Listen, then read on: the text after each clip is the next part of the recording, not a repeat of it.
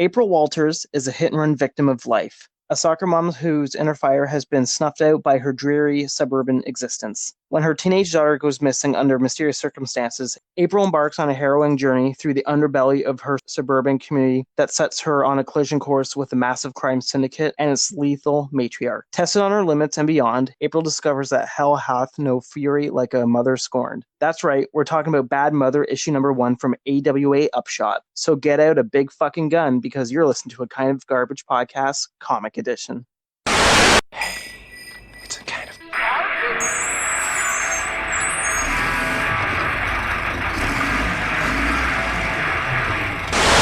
So what I just read was what AWA posts on their website to talk about this book, which is intriguing. It piques my interest. This first issue of Bad Mother, AWA posted to Twitter to I think it was a Dropbox link, and it was like, hey, check out the new issue. And then I'm like, yeah, I'll definitely check it out. And it has for preview only like splatter on every single page. I'm like, okay, cool. This is a preview issue. Mm-hmm. They then remove the tweet and then retweet it saying, check out our website for details.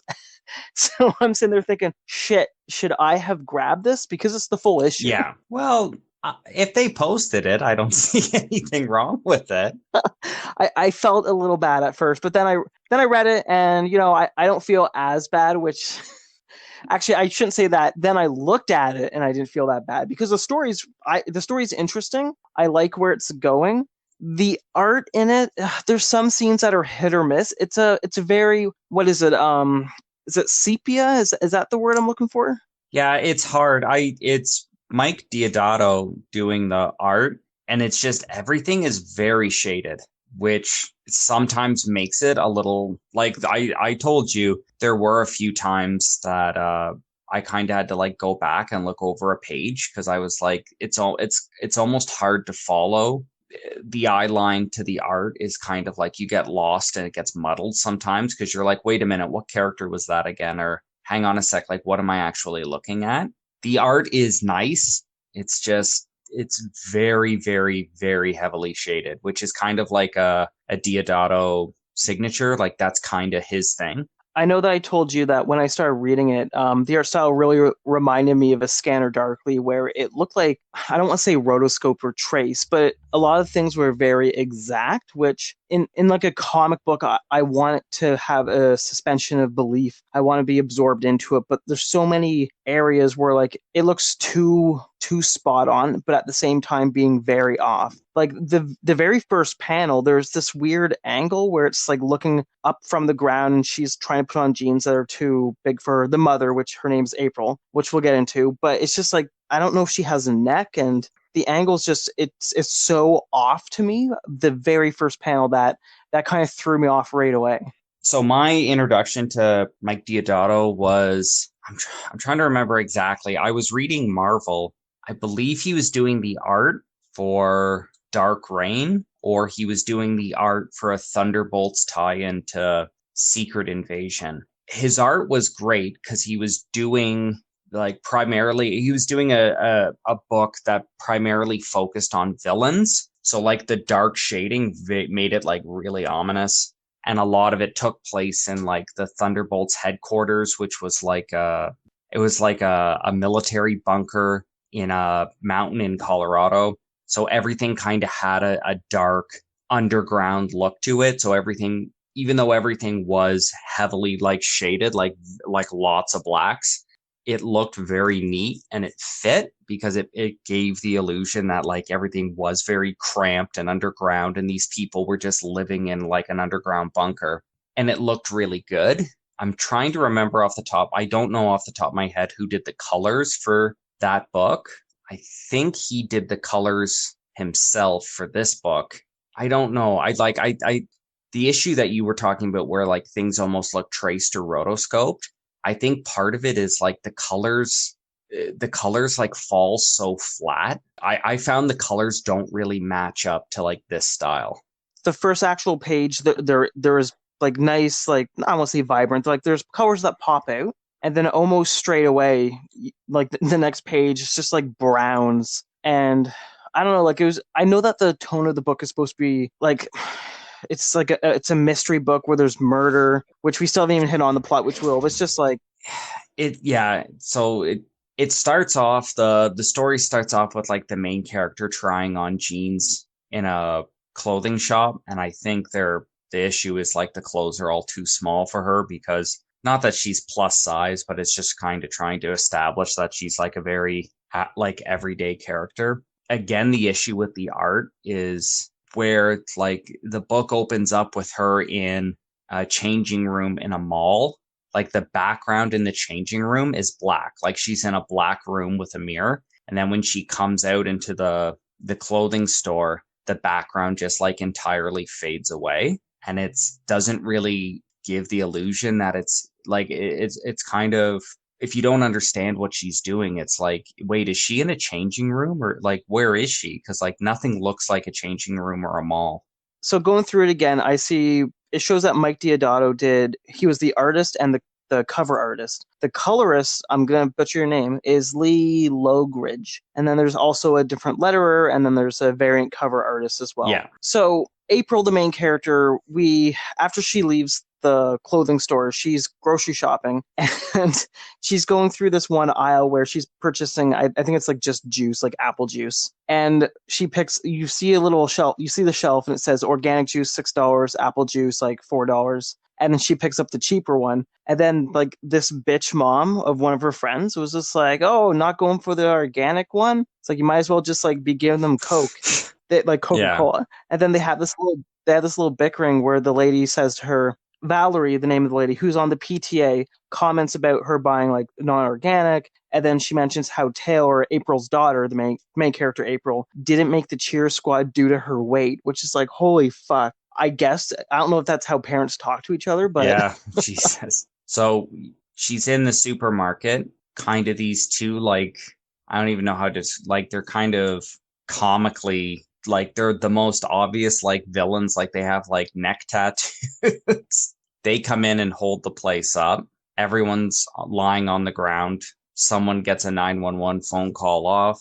The police come. The one robber takes the hostage, and it's the woman that she was talking to at the apple juice place, like about apple juice. I think it's actually a different girl, because, and this is where it's confusing, and I don't know if it's the colorist's fault. No, it is a different girl. So, yeah, the girl she's talking to has a red, like mini, like a red belly tank top on, and this girl the girl she was talking to has a yellow belly top on. The girl they take hostage has a red zip up, like mini skirt and dress on. Yeah, which I don't know. The hair was kind of similar. I thought that like if you were going to grab someone, like you've already kind of set this character up as, you know what I mean? Like, why not grab a character that you've already kind of introduced into the story? But yeah, looking at it now, you're right. It is a different designed character. And I definitely thought it was the same character too. And then as I'm flipping back looking, I'm like, oh, that's the lady. I'm like, wait, no, it's not. Where's the other lady? One of the funny things about him grabbing this attractive woman is that the page before the last panel, it looks like he's about to grab April. And obviously the clear sense they want to give you is like, holy shit, he's going to grab her. But wait, no, she's a dumpy, overweight mom. So they're going to grab the hot girl instead. Yeah, which is pretty funny. So the uniformed cops come in. Basically, now it's a standoff. And then a detective or someone comes in a suit and tries to defuse the situation. But as he's doing that, he's like pulling a gun out, and then he shoots the one robber in the head. And the first time I read this, I don't know, maybe it was just me. Like, it's very clearly setting up, like with one panel, that the cop is like pulling his gun out and he's about to make a move. But the image for like the robber getting shot in the head, I honestly thought it was Cyclops. His Cyclops is mutant X genes activating during a robbery, because it is, I don't know. Like, looking at it now, like, yeah, there's blood, but like there's all these, I don't even know what these lines are supposed to be. It's like his head being thrown back, but we have all these lines drawing your eye to the left side of the panel. And just the way that it's all done, you don't really see a bullet hole in his head. It's just his eyes going white. And then you have kind of a highlighted effect with the colors. everything is now just like red tinted. It honest, like when I first read it, it took me a minute to be like, oh, he got shot. Like that's one of the weirdest ways I've ever seen. Oh, he's been shot ever illustrated. Yeah, they literally put a lens flare on his forehead, and that's where, like, why would you put like a sunburst on his forehead? That doesn't make sense. That's where the bullet hit him. It should be like a little black hole, and maybe his like brain splattering out the back of his head from the Yeah, impact. which I don't, maybe it's an issue with like they couldn't draw too much gore, but then there is like blood shooting forward. It's a weird image to say the least. And then the next panel is like almost a direct, like this is where when you're talking about like the rotoscope stuff, the next panel looks like it's literally a promotional image from Dirty Harry with another character's face drawn over Clint Eastwood's face. Yeah, even on the page before where he's holding out his hand saying to him like, "Hey, don't do it. Let's think about this." I was just like, "Oh, look, it's Bruce Willis," because it looks like Bruce Willis. He does look like Bruce Willis. Shoots a man in the head. The guy takes a couple panels for him to like fall down forward. Our main character is now back at home. Yep, and when that guy got shot in the head, she has blood in her mouth, which is disgusting. Yeah. Well, yeah, she goes the home. blood is weird because like the blood is clearly done with like the colorist did the blood, and the way that it's done is it's almost like a spray can effect. Anywhere where there's supposed to be blood, it's just like they dragged a tool and like just did random flat dark red blood splatter, which looks bad in the first image where you see him after he's been shot in the head. He's already been shot. There's blood. You can see like Deodato's blood, which is black in Deodato fashion.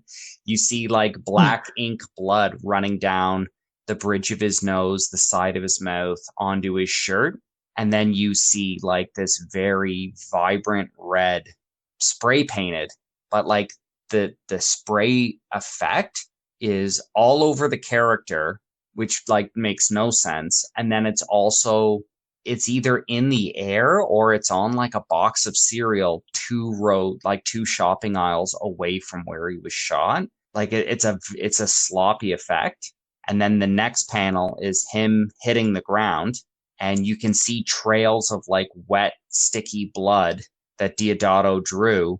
Now they're like, obviously because he's been shot in the head, the blood splatter is done in black ink, and it's all behind him. It's down the back of his shirt. It's kind of stringing out the back of his head, like all this goo. And then it's the same spray can effect over the image, which makes no sense again. The image where you said it's on her mouth, you can see Deodato's blood on her wrist and a bit on her mouth, like as black ink.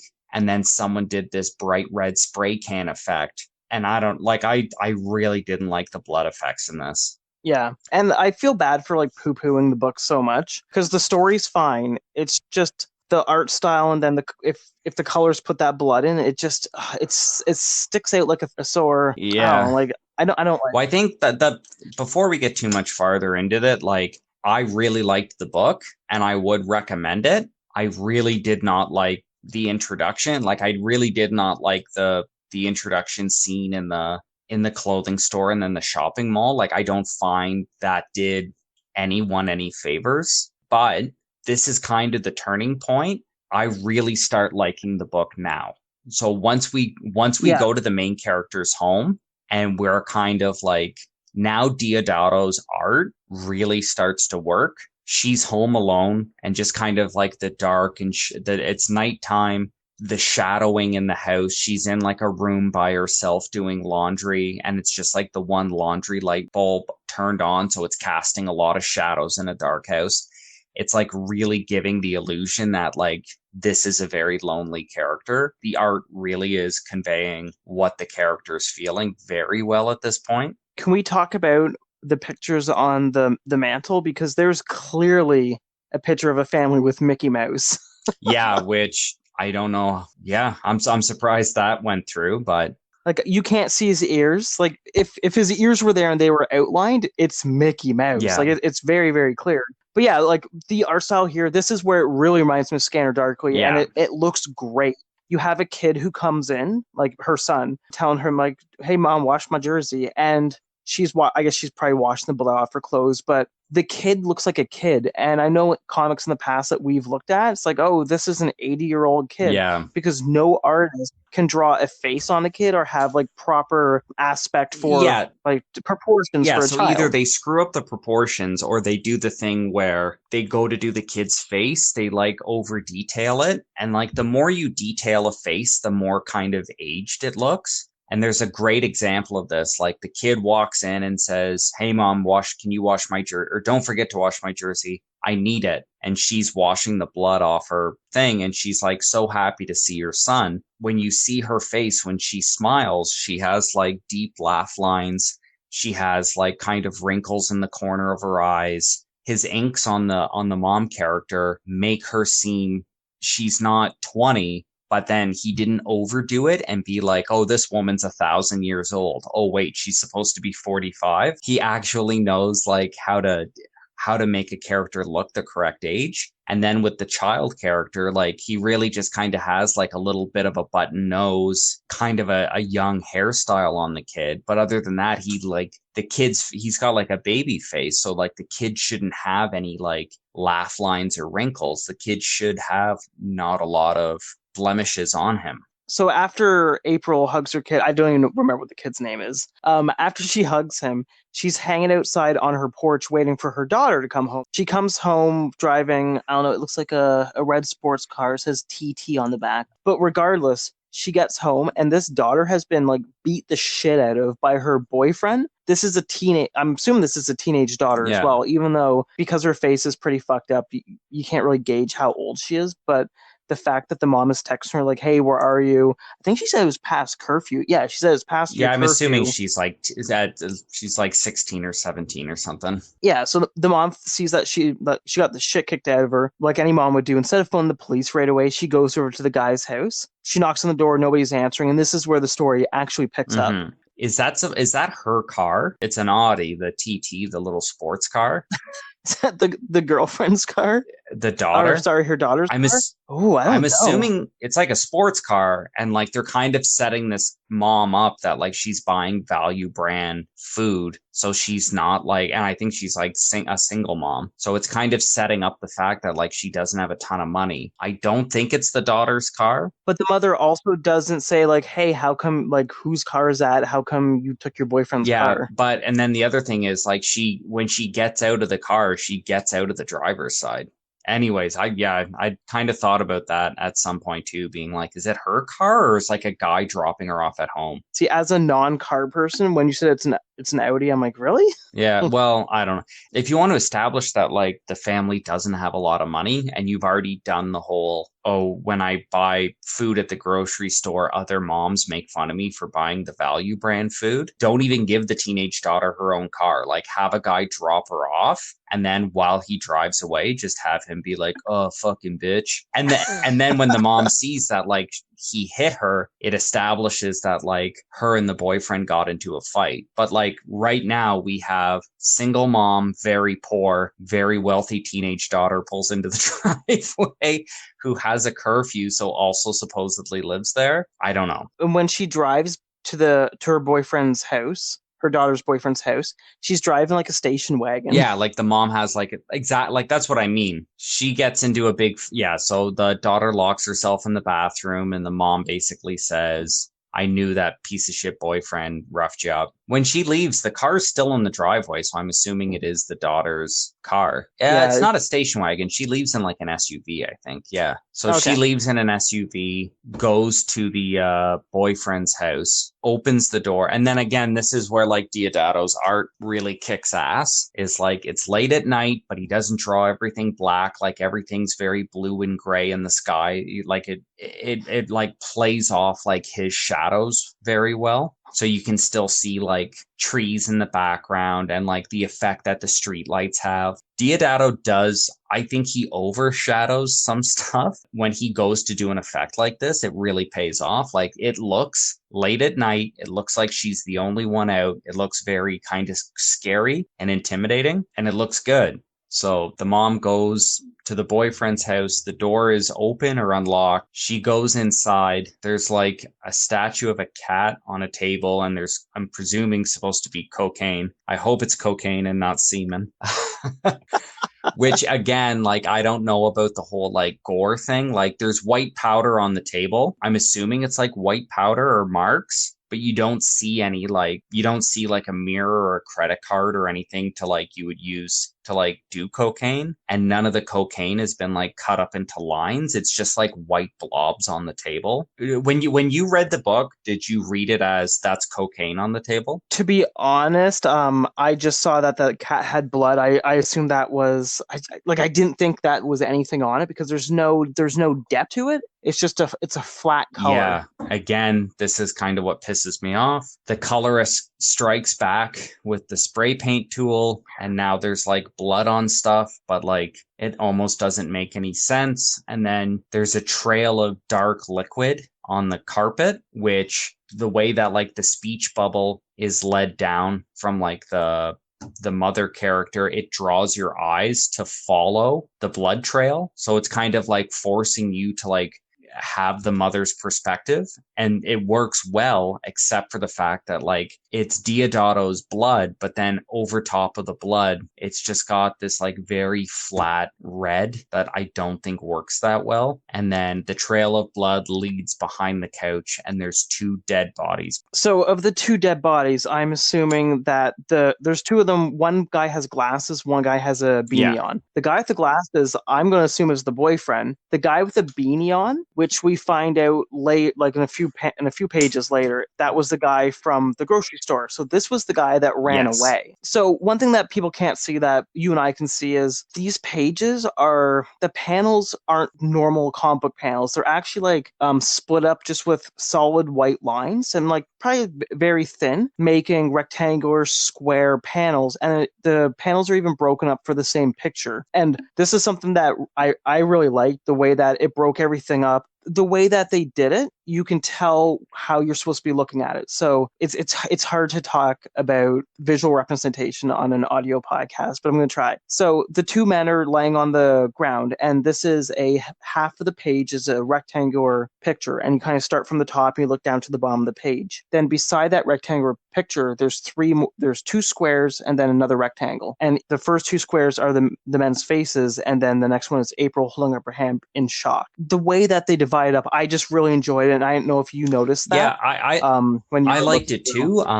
It kind of does. The first half of this book is kind of done more traditional, where it's like panels on a white background, and then it cuts to this kind of more artistic, where the panels are almost cropped, like what you said, like the way the page layout is, the panels are actually cropping the image. So like the image that we're talking about with the dead bodies, the left side of the page is like a long panel, it's a tall panel that goes from the top to the bottom of the page. But then just off to the side, it's almost like there's runoff where there's like 4 bits of leftover panel that are still conveying that part of the image. And then the right side is like the 3 close-ups that make up all the characters in the scene. And I like it too. Like it does work very well. And again, Diodato's art at this point is great. Like his shadow work and everything. The characters are like kind of behind the shadow of the back of the couch, so they're a little obscured, and it's just her quickly seeing them.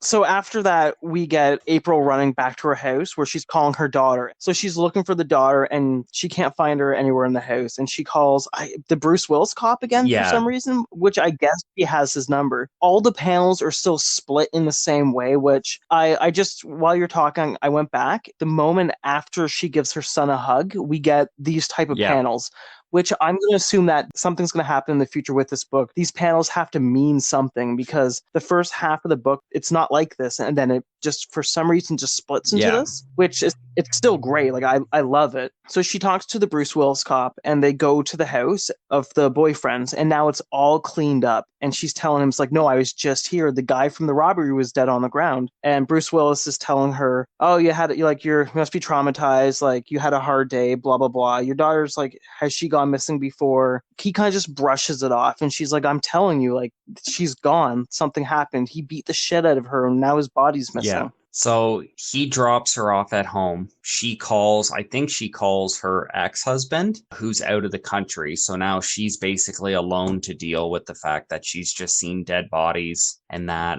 her daughter's missing. So we now cut to the interior of another house. If you want to get into this, talking about rotoscoping, when it shows all the pictures on this, like the new house, when it shows all the pictures on the mantle, every single one of them has been Greg landed, I'll say. The first picture on the left, the face of the bride is clearly Margot Robbie. Next picture of the two children I can't remember their names, but it's Prince William's kids. The picture next to that, I believe I can't remember, I don't know their names, I'm sorry, but that is I believe that's Prince William's wife, whatever her name is, and the two kids when they were younger. And then the two pictures on the right side of the panel, one of them is like a topless woman holding a child, which is a famous photo. I can't remember. It's a model, I believe. I can't remember her name. And then the other one are two hunters posing over a tiger, which that might even be that like Cecil the tiger picture or lion of like that dentist hunter who shot a lion and then posted the picture online. I don't know if you can tell, but there's actually 3 people in that picture. There is? Oh my God, Yeah. there is. Yeah. Yeah, there is. So it's either a woman between the two kids, it's a woman or between the two kids. now I think it's a man because there is an urn behind the Prince William and Prince whatever the other one's name is. It's that not says, Prince William, it's his kids, whatever their names are. But yeah. Yeah, it says Jonathan Dayton, beloved father. So I'm assuming going by the wedding picture, he looks quite a bit older than her. Yeah. So I'm assuming he died, like she married him probably for money or something, and then he died, but like still had 2 kids with him. So like the kids are out of the picture and now it's just her with the kids. Regardless, scrolling down, she says, scrolling down, it's a woman in an office, and she's saying that her boys took care of what problem of like skimming money. She says, the money I'm not all that concerned about. I have plans to recoup my losses. And then it's the daughter gagged and then like in the basement of the house or like in a basement somewhere. And then the book closes off with a to be continued. Yeah. Which now, so that brings to the question, you kidnap Taylor, her mom has no money and she's a cheapskate, but they have a nice car maybe. Why would you kidnap this girl? Well, I'm assuming with the whole, like, I plan to recoup my losses, I'm going to assume that they're going to, like, pimp out the daughter. That was my first assumption. Basically, it solidified it when I remembered that this book is written by Krista Faust. She did a great comic a couple of years ago that I really, really liked called Peepland, which I don't know if did I get you to read that one? When I saw it, when I was looking up Krista, I saw that as well. And I was like, oh, that looks familiar. I'm pretty sure I have an issue or 2 It's great. I bought the trade of it. It's great. So that got me pretty excited. That and Diodato working together, that kind of got me excited on this book.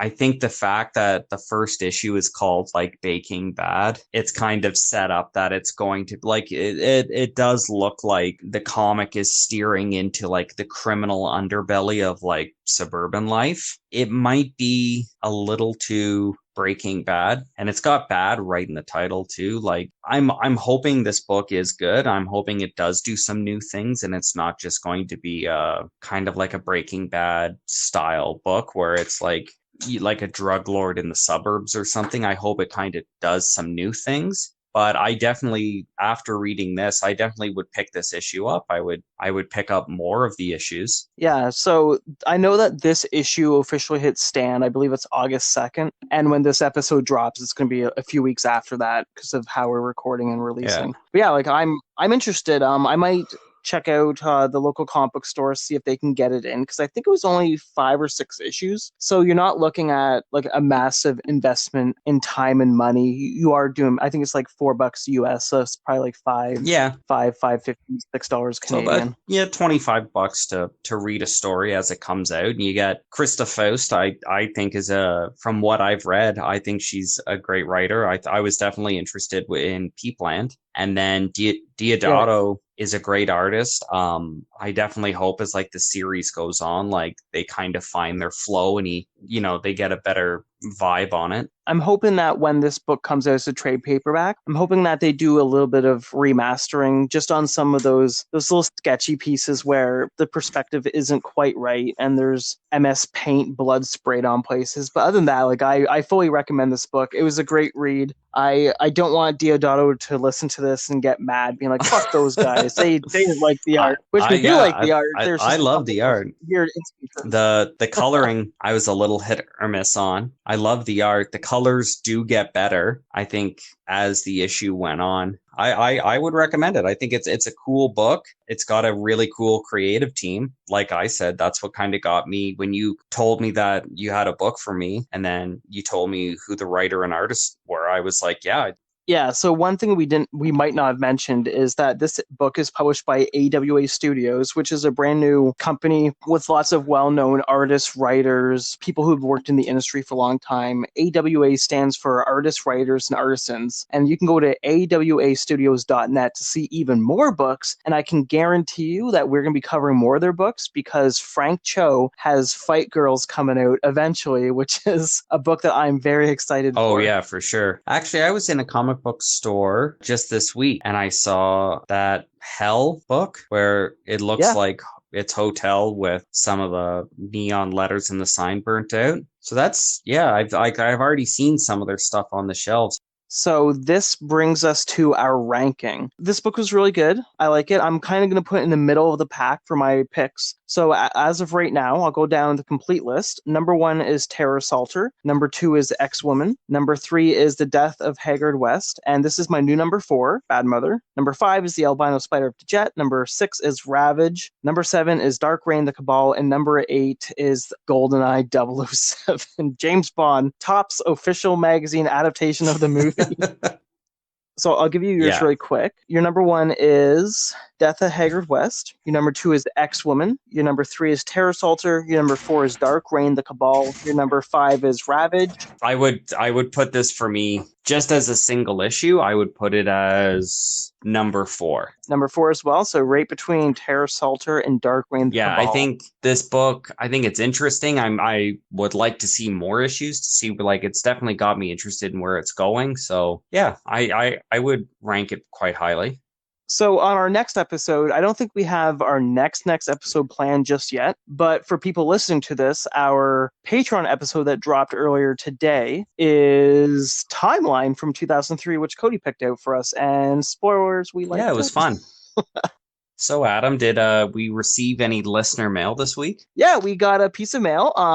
It was done through our website, akindofgarbage.com, where you go to contact us, and there's like a little drop-down menu. It's very simple. Shoots us an email. So this email is from Patrick Edward Corbin. It reads, "Hi, Cody and Adam. You guys should do a video games edition, past, present, and future. Patty." Now, I know that at one point we were looking at doing video games, but the problem with video games is that those can last hours and hours. You can't get a real good feel for a full game based on how long, like, you read one comic for, you watch a TV show, or you watch a single movie. I would love to do them. It's just too much time. I don't think I could do justice to a video game because I definitely can't do justice to a comic book. Yeah, I'm kind of the same way. I like the video games I like, and I find that I'm probably the worst person in the world to recommend a game to anyone just because I have a hard time playing like a lot of new games now anyways that like I enjoy, and there's a lot about like modern video gaming that I don't even like. So sometimes it's very hard for me to recommend something. I don't know. As far as like video game recommendations go, it's like as bad as it is, but like I find now with video games, you know if you're going to like a game before you buy it because everything pretty much is a sequel and everything anyways. You know if you're going to like a game pretty much leading up to the game's release, and then there might be 2 or 3 surprise hits throughout the year where someone goes, "Hey, this was kind of a smaller game that slipped under some people's radar, but it was really fun." And that's kind of what I find video gaming is now. Yeah, if you want a recommendation, go play Devil's Third for the Wii U. I really like it. Yeah, exactly. If you want my recommendation, I really liked the last Ace Combat game for PS4 because they went back and just basically remade a PS2 game. So is that a good basis for recommending a game? Absolutely not. Did I love that game? Yeah. With that said, thanks for listening. We hope you enjoyed it. We hope you got this far. Mike Diodato, please don't kill us. We like your art. We are just a little critical. Yeah, I love the art. It just took me a little bit to get into it.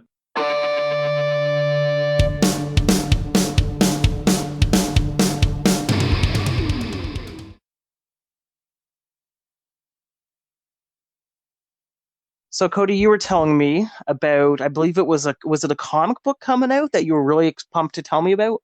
Yeah, I was kind of curious to get your take on the fact that they once again are coming out with a Watchmen tie-in book that has nothing to do with Alan Moore or Dave Gibbons. Here's my perspective on that. I have seen the Watchmen movie. I've read none of their comic books. So for me, it's fine. I am probably not going to read it because I haven't read the other ones. Oh, fair enough. I think what's interesting about it is the fact that like it just kind of shows like how much of a death grip DC has on like all Watchmen tied in shit. Like they're getting Tom King, who basically just kind of finished wrapping up a huge Batman run for DC over the last couple of years, and now he's moved on to some other DC books. He's going to be doing a Rorschach standalone book. I don't really know much about it, if it's going to be a prequel or a sequel or during, I don't know. I think it's just kind of funny that like Tom King is probably like one of the hottest guys at DC right now. Like he's definitely has like a lot of swing, and he's kind of one of the more talked about writers at DC at the moment. So I don't know if DC asked him to do a Watchmen book or if he wanted to do a Watchmen book, but I find it interesting when like creative team, like a couple of years ago, what was it? I think they just finished wrapping it up. They did that stupid countdown book for DC. Did they wrap it up? Because that was delayed like months Yeah, and months and months. I think it's just about wrapped up now. But that Oh was one of boy. those things where like it came out and then it was like, I don't even know. Like the people were buying out the books based on the fact that it was going to be the first time that like Watchmen characters were going to be in a DC branded book. I don't know. It was all done like the Watchmen fighting the Justice League or something, where it was like you could tell that if Alan Moore, like you could tell that like they didn't even ask Alan Moore. Not that they have to ask him permission, but I know that when they went to make the Watchmen movie, they asked for his like blessing, and he kind of like Alan Moored them away, just being like, fuck off. I think as far as like doing Countdown, I don't even think they talked to Alan Moore about it, which is pretty interesting considering like, I don't know, to be a creator of a property like that and then not only have like it's not like Alan Moore wrote a Justice League story that was the plot of Watchmen, and then DC said, yeah, we love the story, but like don't forget, at the heart of the story you used our characters. Like everything was made up for the Watchmen, but like DC still like the creative hold DC still has on it is like wild.